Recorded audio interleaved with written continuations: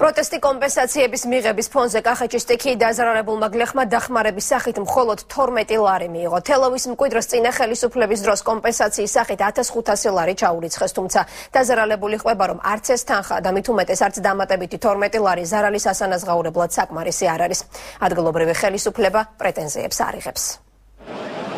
მერაბ ალადაშვილი ერთ-ერთია იმ უკმაყოფილო ადამიანებს შორის, რომლებმაც სტიქიით დაზარალებულებისთვის მინიმალური ფულადი კომპენსაცია მიიღო. ალადაშვილის თქმით, მას სახელმწიფო უსამართლოდ მოექცა. როდესაც დასეტყვილს 77 მეასედ მიწის ფართობში მხოლოდ 12 ლარი ჩაურიცხა. 17 მეასედზე დაგვიზიან და ვენახი და ისე მართლობულობა კიდე 40 მეასედი სიმინდი იყო და 20 მეასედი ბოსტნეული. ეს თუ სამართლიანია, თუ მე მგონი ყველა შეხედავს ეს სამართლიანი არ არის. და სადვი დაოესა არც პასუხს არავინ არ მაძლევს, არც გამგეობაში მაძლევს პასუხს და არც არსადა.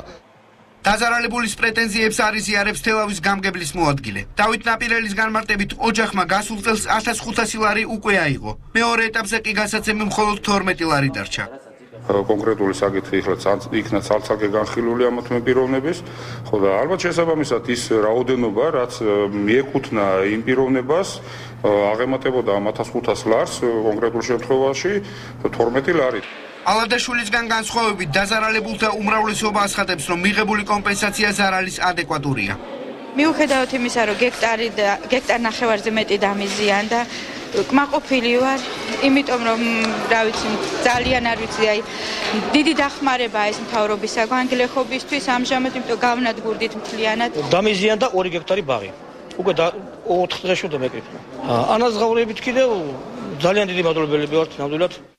რეგიონში კომპენსაციების გაცემა მეორე დღე აგრძელდება.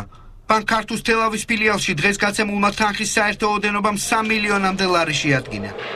ამ ორი დღის განმავლობაში ჯამში გაცემული არის 5 მილიონ ლარამდე, მოსახლეობის რაოდენობა არის 1200 ოჯახი. დამატებული არის დოლარების რაოდენობა, რათა მოსახლეობას მომსახუროთ უბრალოდ. კახეთის 5 რაიონში 28500 დაზარალებულ ოჯახზე თანხის გაცემა ეტაპობრივად მიმდინარეობს.